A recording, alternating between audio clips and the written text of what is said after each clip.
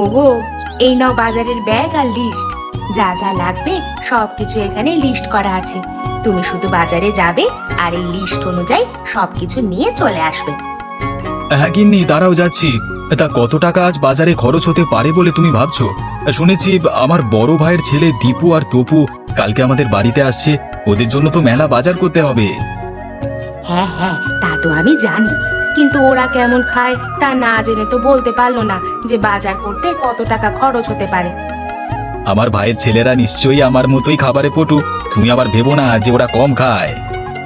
সে জানি, তা শোনো আমার কথা। আজ আমি যা যা লিস্ট করে দিয়েছি সে সবে কিনে নিয়ে আসো। কাল ওদের জন্য তো অনেক রান্না বান্না করবো। এরপর ওরা খাওয়া দাওয়া করলে তখন বোঝা যাবে ওদের জন্য কত দিনের বাজারের কত টাকা খরচ হবে। হ্যাঁ গিন্নি, এটা তুমি মন্দ বলনি। আচ্ছা দাও দাও, বাজারের ব্যাগটা আর লিস্টটা দাও। আমি এখনই বাজারে চলে যাচ্ছি, যা যা লাগবে সবই নিয়ে আসছি। হ্যাঁ, এই যে এই নাও বাজারের ব্যাগ আর লিস্ট।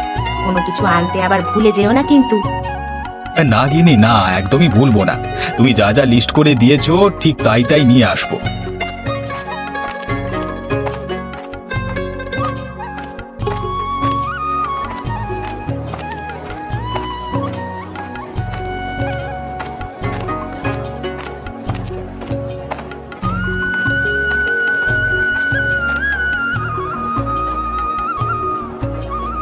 আরে জগাইতাছে, তা বলো তোমাকে আজ কি কি দেবো? আজ দেখছি বাজারে লিস্ট এনেছো। হ্যাঁ রে ভাই, আজ বাজারে লিস্টটাও নিয়ে এসেছি। তা মুদির পণ্যের দাম আজকাল কেমন রে? দাম কমেছে নাকি বেড়েছে? আর বলো না জগাইদা, বাজারে সবকিছুর দামই বেড়েছে। এই যেমন চাল, ডাল, চিনি, নুন থেকে শুরু করে এমনকি তেলের দামটা পর্যন্ত বেড়েছে। কি বলিস রে? তাহলে তো আজকে আমার পকেট থেকে অনেক টাকা গচ্ছা যাবে। একে তো অভাবের সংসার, সেখানে আবার ওদের জন্য অতিরিক্ত খরচ। কাদের কথা বলছো জগাইদা? তোমার বাড়িতে আবার কোনো অনুষ্ঠান আয়োজন করেছো নাকি? আরে না রে না, কোনো অনুষ্ঠানের আয়োজন করছি না। আসলে আমার বড় ভাইয়ের ছেলে দুটো কালকে আমার বাড়িতে বেড়াতে আসবে, ওদের জন্যই আজকে বাজার করতে এসেছি।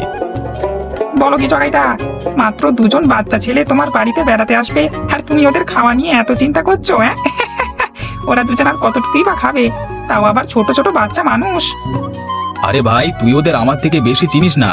আমি নিজেই বাড়িতে কম খাই না, সেখানে ওরা হলো আমার ভাইয়ের ছেলে। না জানি ওরা আবার আমার মতো খায় কিনা। যদি আমার মতো খায় তাহলে তো আমি একেবারে ফতুর হয়ে যাব। না জগাইদা, ওরা তোমার মতো হবে না নিশ্চয়ই। যেহেতু শহরের মানুষ সেহেতু নিশ্চয়ই ওরকম খাওয়া দাওয়া করে না। তা তোমার বাজারে লিস্টটা দাও, যা যা লাগে আমি সব দিয়ে দিচ্ছি। হ্যাঁ ভাই, এই জেনে বাজারের লিস্ট আর ব্যাগ, এর ভেতরে যা যা লেখা আছে তা সবকিছুই দিয়ে দিস, কোনো কিছু যেন বাদ না যায়।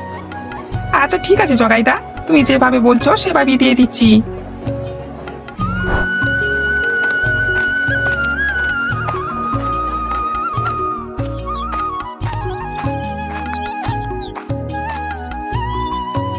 দেখ কানাই, এবার তো আমার বাগানে বেশ ভালোই আম হয়েছে।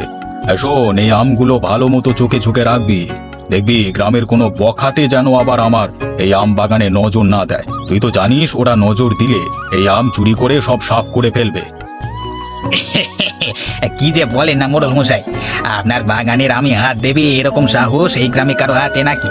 আপনি কোনো চিন্তা করবেন না, আমি এই আম বাগান লাঠি হাতে নিয়ে পাহারা দেব। দেখবেন কেউ আম খাওয়া তো দূরের কথা, নজরও দিতে পারবে না। হ্যাঁ হ্যাঁ, হয়েছে হয়েছে, তুই কত কাজের লোক সেটা আমার ভালো করে জানা আছে। তবে একটা কথা ভালো করে শুনে রাখ, আবার বাগানের একটা আম যদি কেউ চুরি করে খায় তাহলে কিন্তু তোকে আমি ছেড়ে কথা বলবো না, বুঝলি? হ্যাঁ মোড়ল মশাই, বুঝতে পেরেছি। আমি আমার জীবন দিয়ে হলেও আপনার আম বাগানের এই আমগুলো রক্ষা করব। আপনি এই আম নিয়ে কোনো চিন্তা করবেন না। এখন চলুন, গিন্নিমা আপনাকে খাবার খেতে ডাকছে। হ্যাঁ হ্যাঁ, তাই চল। আমারও যে খুব খিদে পেয়েছে, গিয়ে দুটো খাই। আর আমার আমগুলোতে ভালো মতো দৃষ্টি রাখবি, কেউ যেন চুরি করতে না পারে। আচ্ছা ঠিক আছে মোড়ল মশাই, আপনি কোনো চিন্তা করবেন না। এবার চলুন, বাড়িতে চলুন। হ্যাঁ রে তপু, তোর কাছে কি রসগোল্লার হাঁড়িটা বেশি ভারী লাগছে? কেন রে ভাই দীপু, হঠাৎ তুই একথা বলছিস কেন? আর রসগোল্লার হাঁড়ি ভারী হবে কেন? না মানে এমনি বললাম, যদি তোর রসগোল্লার হাঁড়িটা বেশি ভারী লাগে তাহলে চল কয়েকটা রসগোল্লা খেয়ে হাঁড়িটা হালকা করবি, এতে করে তোর হাঁড়ি নিয়ে হাঁটতে কষ্ট হবে না। এসব তুই কি বলছিস দীপু?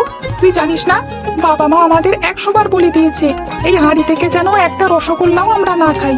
এই হাঁড়িগুলো সোজা কাকার হাতে তুলে দিতে হবে। আরে কি যে বলিস না তুই, আমরা তো সব খাচ্ছি না, খাবো তো মাত্র 2-1টা রসগোল্লা। চল, ওই তো একটা গাছ দেখতে পাচ্ছি, ওই গাছের নিচে গিয়ে বসে বসে দুই ভাই কিছু রসগোল্লা খেয়ে হাঁড়িটা হালকা করি, নয়তো এত ভারী হাঁড়ি নিয়ে হাঁটতে যে আমরা খুব কষ্ট পাবো। কিন্তু দীপু, কাকা কাকিমা যদি এটা জানতে পারে তাহলে তো আমাদেরকে খুব খারাপ ভাববে রে। আরে ধুর, তুই শুধু শুধু এত ভয় পাচ্ছিস। আর কাকা কাকিমা কি আমাদের এখানে দেখতে আসছে নাকি যে আমরা কি করছি? চল, কিচ্ছুটি হবে না, আমি তোর ভাই হয়ে বলছি, কয়েকটা রসগোল্লা খেলে কাকা কাকিমা কিছুতেই বুঝতে পারবে না। আচ্ছা ঠিক আছে, তাহলে চল, ওই তো একটা গাছ দেখতে পাচ্ছি, ওই গাছের নিচেই চল।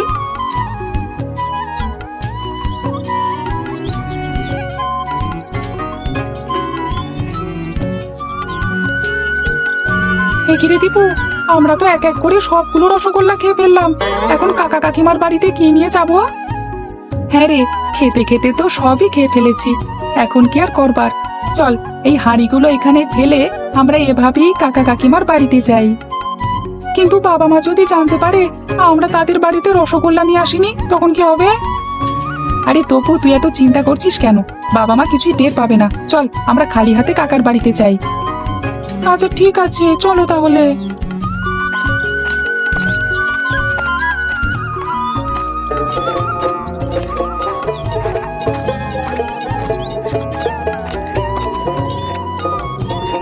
আরে দীপু, তপু, তোরা চলে এসেছিস? তোদের আসতে কোনো সমস্যা হয়নি তো? না কাকা, আমাদের আসতে কোনো সমস্যা হয়নি। কাকিমা, আপনি ভালো আছেন তো? হ্যাঁ বাবা, আমরা ভালো আছি। তা তোমরা ভালো আছো তো? আর বাড়িতে তোমাদের বাবা মা কেমন আছেন? হ্যাঁ কাকিমা, বাড়িতে বাবা মা সবাই ভালো আছে। এই তোরা চল, এখানে দাঁড়িয়ে দাঁড়িয়ে আর কথা বলতে হবে না। ওদিকে তোর কাকিমা তোদের জন্য অনেক কিছু রান্না করেছে, এখন ঘরে চল। হ্যাঁ কাকা, চলো, আমাদেরও খুব খিদে পেয়েছে। কিরে দীপু, তপু, এবার তাহলে তোরা খাওয়া শুরু কর, খাবারগুলো যে ঠান্ডা হয়ে যাচ্ছে। হ্যাঁ কাকা, আমরা এখনই খাওয়া শুরু করছি। এই তো চল, খাওয়া শুরু করি।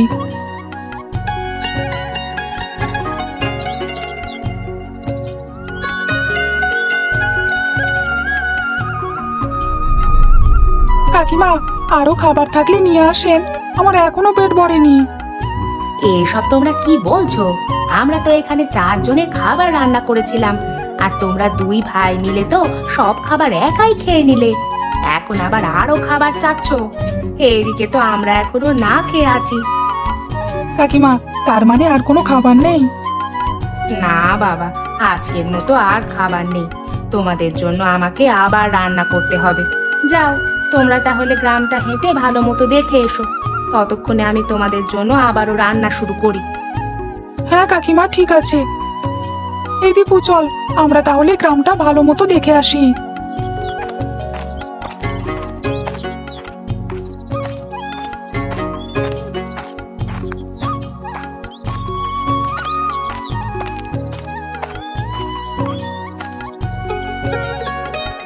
দূর, কাকা কাকিমা আজ কি খাবার খাওয়ালো, এতে যে আমাদের পেটই ভরলো না। আরে ওই তো কতগুলো আম গাছ দেখছি, চল গিয়ে কিছু আম খেয়ে নি।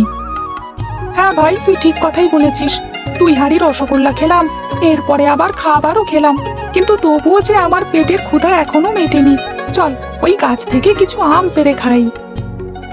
আরে এই ছেলেরা, তোদের এত বড় সাহস! গ্রামের মোড়ল মশাইয়ের আম বাগান থেকে আম চুরি করতে এসেছিস? দাঁড়া দাঁড়া, আজকে তোদের আর রক্ষে রাখবো না। তবু, ওরে ভাই, আম খাওয়ার হবে না, জলদি করে পালা রে, পালা। হ্যাঁ ভাই, চল পালিয়ে যাই।